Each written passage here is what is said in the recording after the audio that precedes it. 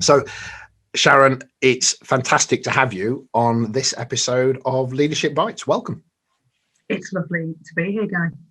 And from my perspective, I know who you are because I invited you on, and we had a touch point a little while ago when we were doing a conference for Iris. That's right. Iris, a fantastic company I love working for. And so it'd be great just to hear, in essence, who you are and what you do, and just what the focus of your role is before we kind of take the conversation further. So over to you for that. Sure. Well, as you said, my name is Sharon Davies. I'm the Chief Executive of Young Enterprise. We're a national enterprise and financial education charity. We're part of a junior achievement network, which is really a network of over 100 countries across the globe that's really committed to entrepreneurship, financial education, and work readiness education. So just to bring that to life, because I said to you, I won't ask too many questions before we get on the podcast, just because then I come at it from a position of already knowing and probably don't ask the right questions. But for the layman, just what does that actually mean? That you help youngsters in various stages of their life, or it's around them getting jobs? Explain it to the layman.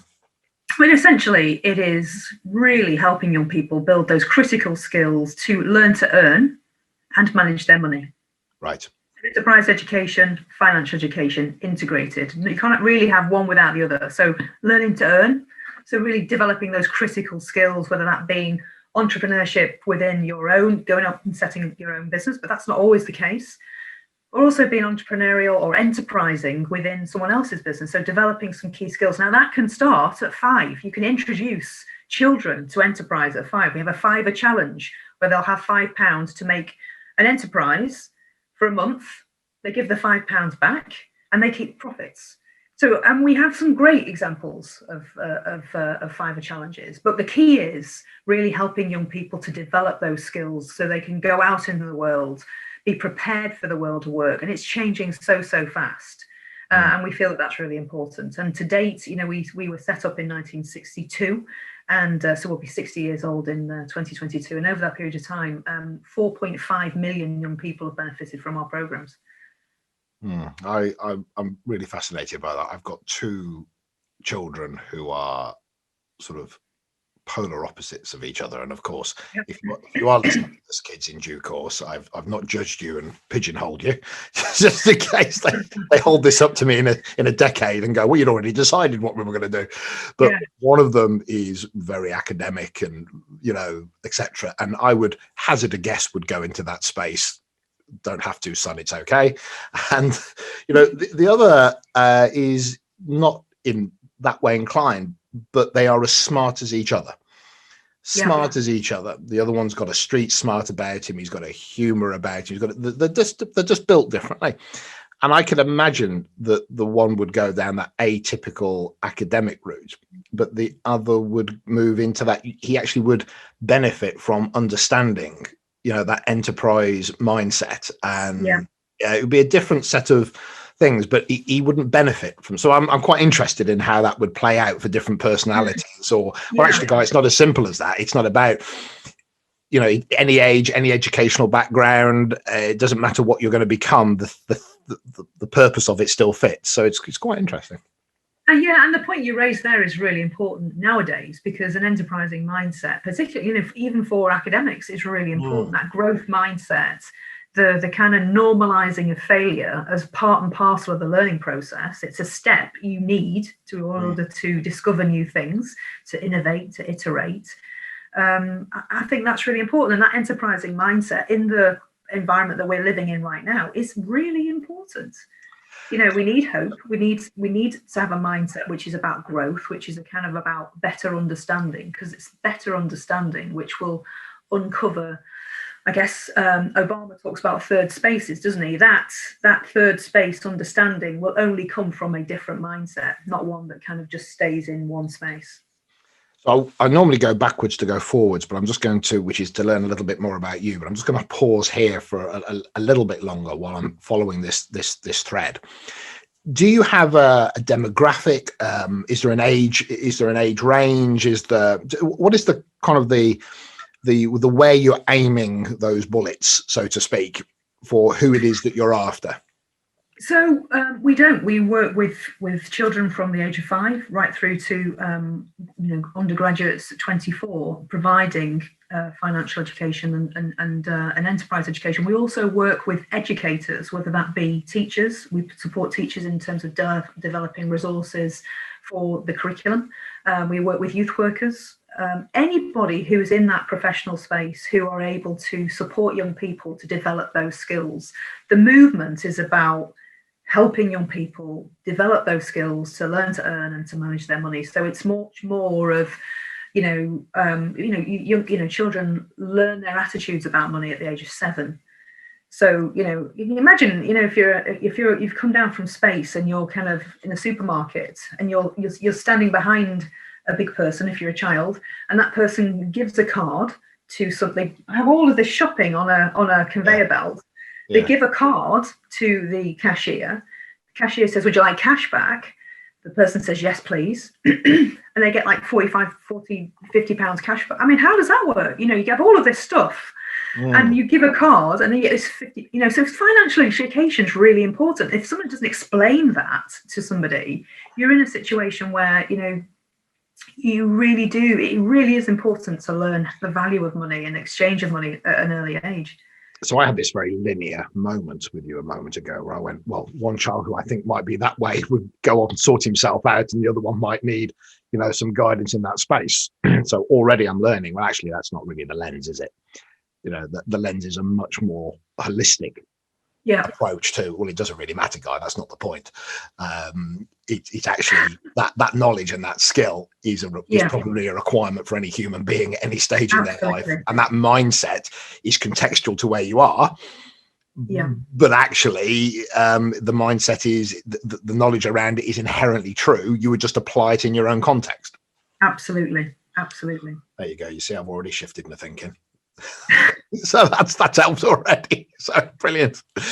So Sharon, I'm often of the belief that to understand the role that somebody inhabits, it's really valuable to understand how somebody got into a role. So what's that journey that got you into the position that you have today? And you can bring that to life to a greater or lesser degree, but from that being born up a mountaintop and wherever it was that you were to that role that you were. What was that journey? What were the stepping stones? It's really interesting, actually. It has been quite an interesting journey. So I was kind of born and brought up in a very rural part of Cheshire. So my parents were tenants on the Duke of Westminster's estate. So my dad was a tree fella. Mum with 4 kids. There's 4 kids. There's 3 of my 3 brothers and myself. And I left home quite early. I was about 16, 17. Left home. I knew I was gay early on. My parents were really cool about it, but I knew I wasn't going to have a great time living in rural Cheshire at that time. And so I kind of decided to go and live and outside of the family home. My parents were really supportive, but they were supportive and they kind of said, well, off you go then. That's what you want to do. I was oh. So I kind of had quite. Did you put up a bit of a fight there, parents? Yeah, at least for a show. At least can we just have a little bit of a dialogue? But no, they were always very good. They were very, very good. And so I had quite a transient kind of 4 years, really, kind of 16, 17, right through to kind of 19, 20, and I ended up living in Birkenhead and working in Birkenhead in QuickSave. And I was a cashier. I don't know why that's funny, but sorry, that's just made me laugh. Yeah, I think it was probably funny because of the nylon. I always remember the nylon uniform, and you'd sit on the chair. Yeah. And you'd have this static because it was it was just It's actually just pausing for a second. It always makes me giggle because I used to have a job at Morrison's supermarket, and I was behind the meat counter. and that's hilarious in some respects. But most people have come from, at one point in their lives when we were trying to figure out to turn left or right or whatever, it could have gone either way for a little bit. Yeah. Yeah, well, absolutely. And this is exactly where it happened for me. So there was, if you remember, quick saves, there would have a number of concessions. So you'd walk into a kind of a hallway or a big hallway, and you'd have like shoe saver and liquor save, all these different concessions. And what would happen in Birkenhead North End, which is the quick save I worked in, there was about there's a gang of lads that used to come in, throw eggs, do big skids in this lobby area, because you do big skids because it was like shiny floor plus an egg, It's a given, isn't it? Absolutely. And so there were, if you're a cashier, you'd have to take turns in cleaning that up or brushing in the lobby, all of those things. So it got to the stage where if I would try and get to them before they would do it, have a chat with them, talk to them about anything, bikes, Liverpool Football Club, Everton, Tranmere, obviously Tranmere being the Birkenhead club, anything at all. And it got to the stage where if I was on duty, they wouldn't throw the eggs. They'd be like, "Oh, where's that girl?" And they'd have a little chat, and we'd have a little chat. And one day, the lady who's a manager from Liquor Save said, "I'd like you to meet somebody because I think you're great with kids. I'd like you to meet somebody. I'm a part-time youth worker." And she brought along this youth worker who said, "Look, this lady had said you've got some great skills, but they're really transferable. Why don't you come and do a night working in a youth club?" Which I did, and I hated. And never went back again. Anyway, he comes back. He literally comes back, and I'm sat on the till, minding my own business, processing all this stuff. And he's standing there, and he said, "Look, I know you didn't like it. Just give me one more chance." He said to me, "Give me one more chance." And the one more chance was, why don't you try doing some detached work? And detached work is street-based youth work. So you're working with young people, arranging activities for young people who are either can't access youth clubs because there aren't any, or they choose not to. And that was the beginning of a real love affair. I loved it. It was an estate called the Noctorum Estate in Birkenhead. So did a little bit of work on the Noctorum Estate, a little bit of work on the Woodchurch Estate, and did it on a voluntary basis, then managed to get some part-time paid work.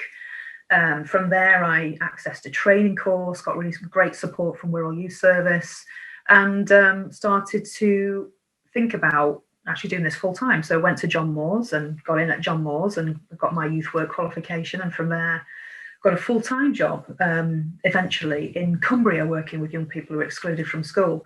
So fast forward to the situation I'm in now.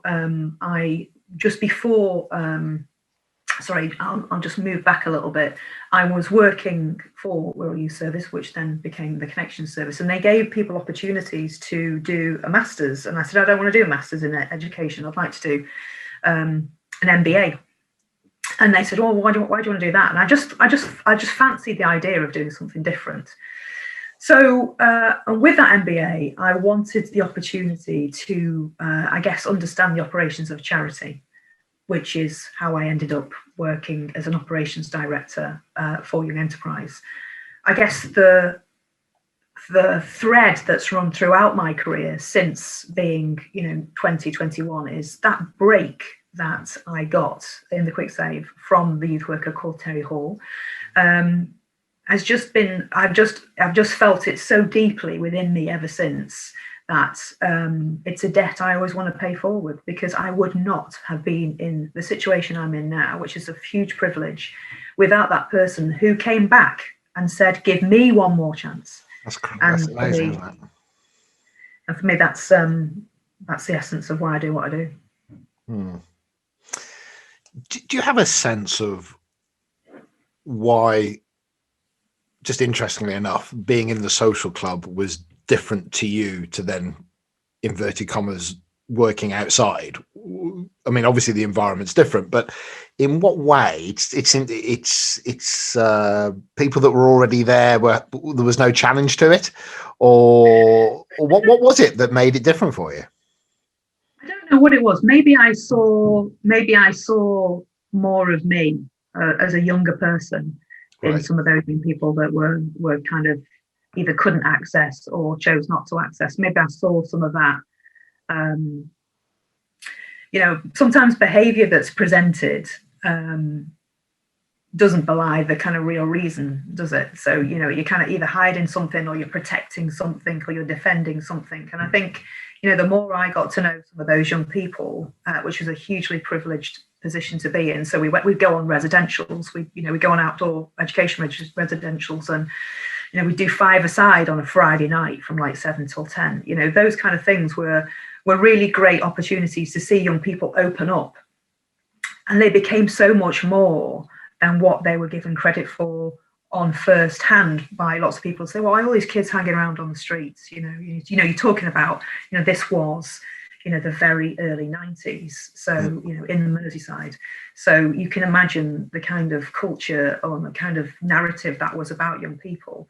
And I guess for me, I learned so much about community work, and I learned so much about leadership in those formative years, because particularly around how you engage community, how do you solve community problems? You don't do that by doing stuff to people. You listen, and that taught me a lot. It taught me a lot, particularly because my accent was different than theirs. So that stood out quite a lot, and particularly like mums or dads of those in those communities, it took a while to really get under the skin. So you had to listen and be present and be consistent, be there when you say you would be there, and do what you would say you would do, because they'd had so many people that had kind of been and gone and let them down. One of the the pillars that I talk about in my Living Brave concept and the book and all that kind of stuff is connection. And when I talk about connection, there's the obvious connection of the physical body being present, eye contact, and that kind of stuff. But the underlying connection is contribution, which is that willing to contribute outside of your own need. And I think that's possibly what I kind of sense I'm hearing in what you're saying is that people often trust when they perceive that your contribution or what you're doing with them is outside of your own need. You haven't got a quota, or you don't have to, you're not asking me to sign something so you get something from me. Yeah. And actually I'm probably not used to having somebody whose intent is one that is, I don't know if I want to use the word that pure, but that clean might be a better way of that being say. So actually it's not maybe that I'm suspicious of you, I'm suspicious of this set of behaviors because actually I don't inherently meet that. That's such a great way of explaining that.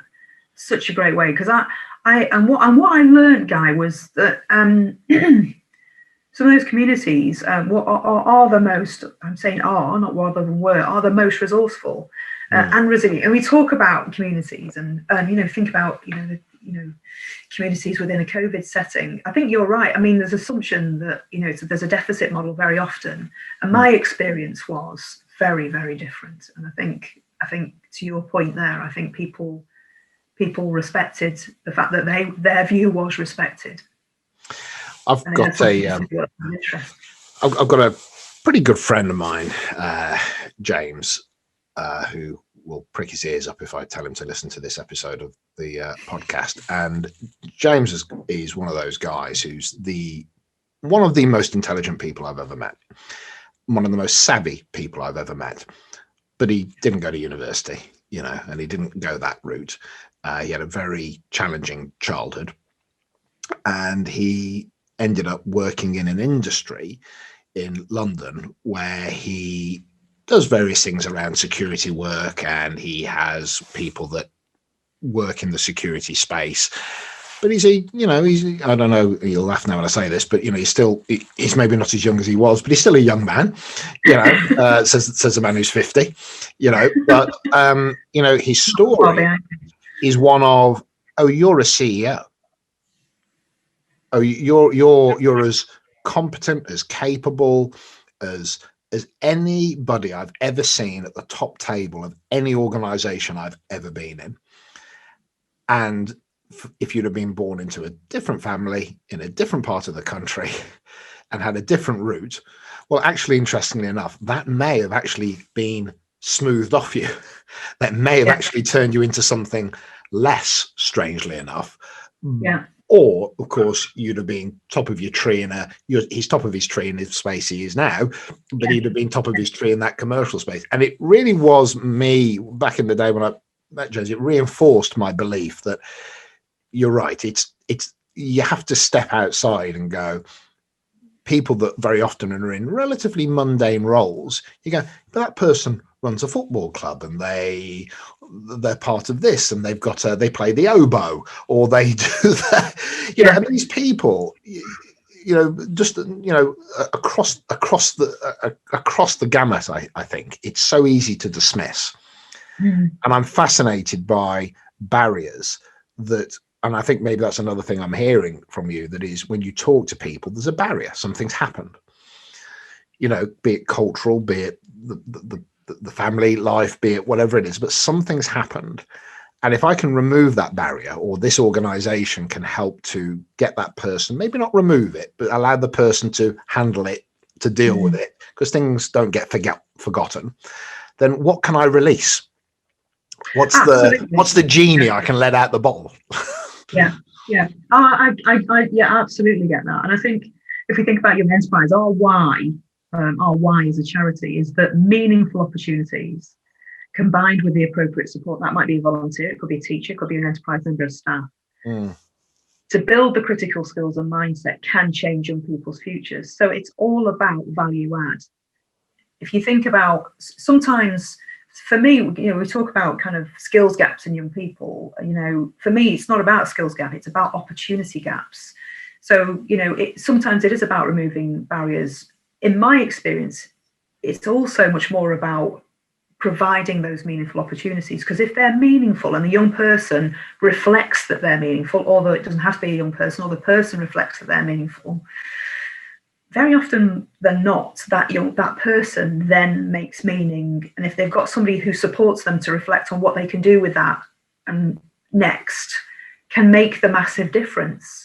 And again, I go back to my own experience. It was somebody who was walking alongside me that said, well, okay, so what could you do next with this? Okay, well, we'll pay you 3 hours a week. So rather than you doing your voluntary work on twice a week, we'll pay you from 7 till 10 on a Friday night. It built from then. It was somebody just being alongside me saying, I value you enough. So again, correcting my own thinking, or adding to it maybe rather than correcting, there might be an element of helping somebody with a barrier or something that's there for them. But then there's this other side of life that says, well, actually, if I give you the opportunity to experience and do stuff, and as a person who's in a consultancy space running his own business, I've come to understand, do more stuff. Because the more people I speak to, the more connections I have, then the more opportunities come up. So actually, I now realize, what do people that are successful do? They do more stuff. Yeah. And more stuff happens. They have more failures, but then they have more successes. Yeah. So what I've heard there is you're kind of going, well, actually, if we present people with opportunities, there'll be some successes and failures, but the more they'll learn, the more they'll experience, and the more likely something is to hook their interest, or to etc. So the key is meaningful, and the key is meaningful, not how I or you would describe it, but the person has to feel it's meaningful. So the experience isn't dictating an output, it's giving you an opportunity to have an experience from it that means something to you. Yeah, that you value enough to say, I would like to do something else, or I would do something with it. And again, sometimes you need that mentor or coach or supporter, teacher, volunteer, or whatever, that enables you to reflect. And I think those two things, opportunity and support, I think very often, for me, I've talked about my own experience, it kind of, it changed my life. And I've seen that happen so many times in other forms, really. So, it works. And picking up on that, there was a show that somebody was just talking to me about the other day, and I remember watching it, which was where they got kids in schools to swap. So the private school kids went to the state school and vice versa. Okay. This show was about 4 or 5 years ago, and it was fascinating because never the twain shall meet kind of thing. Yeah. And they took it was just in the paper the other day, and they took a group of kids and they swapped the state school with the private school, It was all very nice, but one of the kids from the state school went to this private school, which I can't remember now the name of, but it's almost irrelevant because it's the story that's important. Yeah. And he loved it. And the teacher, the headmaster, said, you know, when you're talking to me, can you just sit up straight? And the guy went, yeah, of course. And he loved wearing the uniform. He said, it makes me feel like James Bond. It makes me stand up. And he recognized. Now, some of the other kids from his, didn't recognize it and have that same experience, but it resonated with him. And he threw himself into everything. And he did his homework. And they went, this is really good, but you're in the bottom sets at everything at your school. And he goes, yeah, because I haven't got a table at my house. You're like thinking, oh my gosh, it's opportunity. And the point is of the story that they offer him a place at the school. And you don't see if he takes it up. They just offer him a place because obviously there's some sort of scholarship fund, whatever. But of course, the news thing, which I was glad I picked up on, was the fact that he'd taken it up and he'd been there for years. And that's a great story. It's like winning the pools in some respects. It's not going to happen to everybody, but it's just opportunity. Yeah. And it was meaningful to him. Meaningful to him because other kids who went there didn't like it. They didn't like it. They didn't enjoy the environment. They were great kids, but they didn't like it. It did not connect with them at all. They were happy to have had the experience, but very happy to go back. He didn't want to go back. Now, that's because you picking up on that is the meaning you can't dictate, all go there and all have a great experience. No, all go there and we'll see where that takes us, right? Yeah. It was just fascinating to pick up on that. And I think that's what I've heard in what you're saying. It's a brilliant example. Yeah, we get our own stuff from it. So in terms of, I wasn't talking about COVID, obviously before COVID, and when it came, I was saying, well, it'll be gone in a minute, so it's not worth talking about it. And here we are today. Here we are.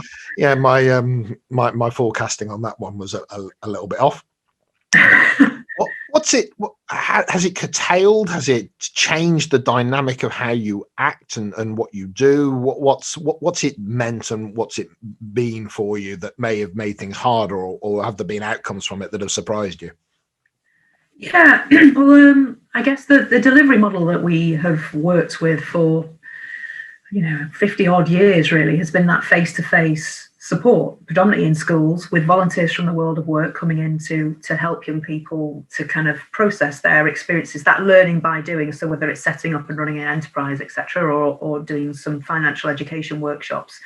So it's been that relationship between the teacher or the youth worker, the volunteer, young enterprise, and the young person developing those experiences. So all of a sudden, when schools have had to move to remote learning, last March when that happened, we did have to really think about how we delivered our activities. We have a program called Company Program, which is I think some of your listeners who are young enterprise alumni, right back from 1960 odd, will have undertaken Company Program, where you set up and you run a business over an academic up to an academic year. So we had over 80 competitions happening across the country where young people were presenting their company, and essentially you work through a process where eventually you have the UK Company of the Year, and the UK winning Company of the Year goes to Europe and competes against 30 other countries and we'll continue to do that even though we're not in Europe, by the way, because we're part of Junior Achievement Europe, and we'll continue to do that. So all of a sudden, you couldn't have those physical competitions, and so it really meant that us as an organisation needed to have that enterprising mindset about how could we continue to provide young people with those meaningful opportunities, that appropriate support that could continue to change their futures.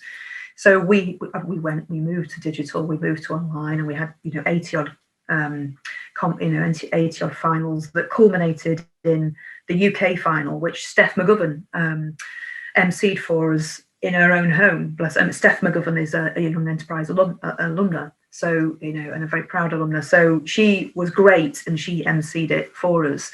But that was just one example of us needing to be, enterprising in our own way. And I think that's what we've continued to do. I mean, ideally, our programs, are blended. You have that experience of volunteers from the world of work and teachers supporting young people to deliver those activities. But now over 80% of our programs are now accessible on a digital online basis. So that's I suppose that's been a thing that we've all experienced, which is that transition of suddenly realizing that, well, it can't be done online. Oh, apparently it can, which one of the best memes I saw actually was somebody going, that job that you've been told for 25 years that you can't do from home, it turns out apparently you can. So we've moved into that space. Is there a set of, will that stay with you now? If things, if the jab comes out and things, return to inverted commas a new normal, but will that kind of, would you shift back into a different format, or will the two run in conjunction? What do you have a sense of what the future might look like? Yeah, I mean, I think lots of people are concerned, aren't they, about the amount of screen time that young people are being exposed to right now. So the ideal would be to have a blended offer. So you're still doing those physical activities, but you've got that blended offer, because I think digital skills needs to move into become integrated into employability skills. So when you're marketing, you need to understand algorithms, you need to understand how to kind of position your messaging. All of those digital skills that so far has been kind of added as an extra needs to become integrated, because that's the world of work that the young people are now facing. So I think even when there's jab, I think for us, we will continue to provide those meaningful opportunities, but we'll look at how we can really help young people to prepare for that fast-paced changing world of work. Because there are industries that are thriving now, aren't there, that weren't? Oh, it's been fascinating. I look at my kind of client list, and I was, I sank to my knees a little while ago and did a little prayer of thanks to the fact that my clients were in certain industries. Yeah. Because some industries, it's like if all my eggs had been in that basket, not knowing a future, I'd have been up the proverbial, without a paddle. But other industries who I happen to, just by luck, happen to be working in, they've cracked on because they are building things, and they're digging holes for the water mains, and these things have to go on. So as you're right, thriving is interesting, but they've kept moving, and some of them are having great successes because it's shown the nature of what they're about. And absolutely, yeah. I mean, one of the things, not in adversity, not so much in while other people have not thrived, but their mettle has come forward, I think, and shown them for what they really are. Yeah, well, if you think about, a lot of our online ordering, a lot of the green companies are doing really, really well. Yeah. And I just think, when we think about young people and opportunities, the great thing now is that we can have volunteers who can digitally volunteer. So you might have a company who is, based in Leeds or based in Birmingham, and we want some volunteering opportunities in Blackpool. Now, that would never have happened. But now, actually, those digital opportunities, so young people get first-hand experience of different industries that we'd never have been able to do before. So I think there's some benefits that we need to keep hold of, moving on from COVID. And what is it that keeps you, I wouldn't say awake at night, but what are the things that maybe give you some either anxiety, or the things that you go, that's not like it should be? And that might be, is that at a volunteer level, it's hard to get people to connect, or when they do, they love it, but by God, the battle of getting the buggers on board is, what is it? What's the stuff that if you could just wave that proverbial magic wand, you would shift? I think my one of my big anxieties is the amount of pressure that teachers are under right now. They're under huge pressure. They're doing an amazing job. I've got a 17-year-old here and somebody that's in university at 20, and 17-year-old's just gone into sixth form, and the teachers have turned around on Monday, to be able to just give him what he needs, and they're under huge pressure. And I guess my worry is there will need to be a focus. There'll need to be a focus on core subjects, on core curriculum, and yet the importance of preparing for the world of work, enterprise education, financial education is just as, if not more important right now than ever. And so I guess my anxiety is finding ways that we can support teachers to incorporate these, which are critical to helping young people build their own preparations. Because then, on the other hand, we've got employers who are saying that young people aren't ready. They're not ready when they're coming out of academic education. But somehow we have to find that third space, don't we? Because teachers are really being forced to, on the recovery curriculum, and employers are saying they're not ready, but we have to find that third space of getting them ready. And it's bad on me, but I've only really started to pay attention to my kids' homework recently due to the fact that they're at home in a way that I'm, there's obviously there's homeschooling going on, and I look at some of the stuff that is being taught, and I go, who cares? So what? And I'm not even going to get into it, but I have to look it up and go, so the surface of that particular shape is called that. And what I'm interested in is that, there is, and I'm sure it would be it's everybody's dinner conversation with a bottle of wine, and don't even get me started. But the reality is, what are we really teaching? What do kids really need to know, rather than the validation of their learning? What is actually something that says, actually, that's, as an employer, if they turned up understanding that, I'd be a heck of a lot happier.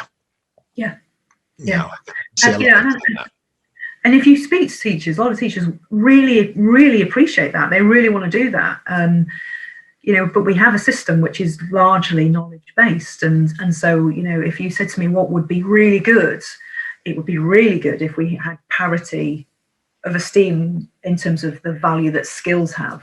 And that whole kind of review of the role that skills have within the UK's education system.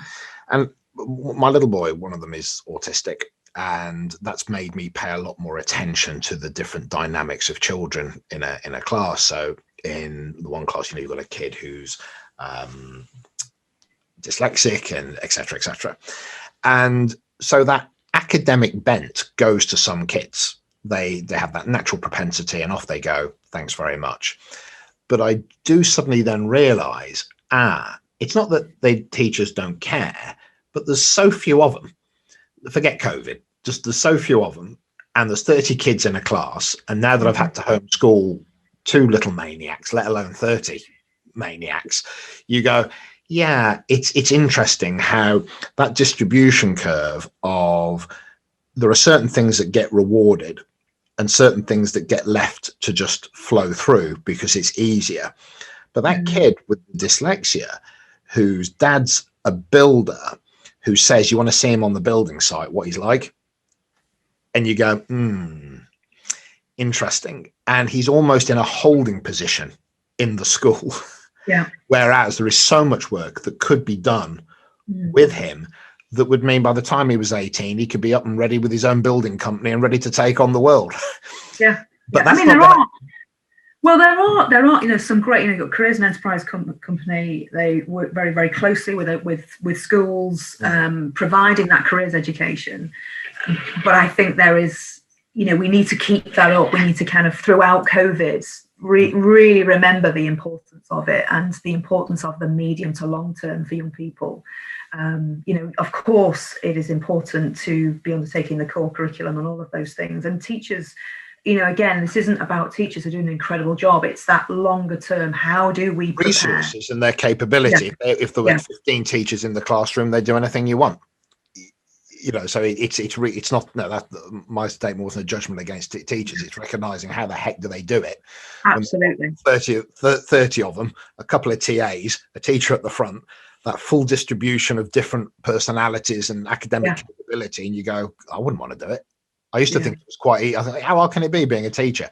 I've corrected that mindset. I can imagine. You're the rest of the population. I saw a fantastic meme actually on the side of a car that said, "You lied to me. My child is not a joy to teach." which I thought is perfect. I think there's a lot of people who've suddenly had a revelation of, okay. It's a completely different kettle of fish. So just as I'm alert to time and just respecting your time, is there if people want to engage with you, is there engagement that you want from the commercial space, the business world, from people? Is there something that says, actually, Guy, if I could ask people to be interested in and take an interest in, this is what I'd want, this is my wish list? What do you have on that? Oh, definitely. We prepared a new strategy which started in January 2020 called No Time Like the Future, and it essentially had 3 goals, and it's pretty COVID proof really. And the 3 goals were to provide 1 million opportunities, 1 million financial and enterprise education opportunities by 2023. And to do that, we need to mobilize 40,000 volunteers, young enterprise alumni and teachers. And that's going to require an investment of £16 million. So, yeah, we are absolutely, I think it's critical now more than ever, those opportunities. So if you're interested by what you've heard, then obviously contact us via our website. If you just Google Young Enterprise, you'll see our website. You can contact me via Twitter. So I'm at sdavis1971, and you can just follow me, and if there's any direct messages, happy to respond. I'm on LinkedIn as well. Because it's going to take up. This is a movement. It's going to take us all. They say it takes a village to raise a child, but it takes a community, I think, to really enable them to prepare for the world of work. And it's going to take employers, volunteers, teachers, various voluntary organisations to really help young people to continue to build on that. They are resourceful, they are resilient, they are adaptable. They're showing all of those great skills already. We just need to help them continue on that journey. Okay. Well, Sharon, thank you so much. As with all these things. Thank you. I've enjoyed it. Well, it's trying to talk about a lot of things, or you can talk about one thing and then the podcast is over. So, and I've educated myself. I've seen my own ignorance show itself quite quickly with you a few times, and then I've gone, aha, mental note to self. So I've loved it. I've loved it. That's what it's about. So it's been great. So I'm going to press the stop button. We'll talk for a few minutes afterwards, but just on a personal note, thank you so much for coming on, and it's been terrific. Thank you.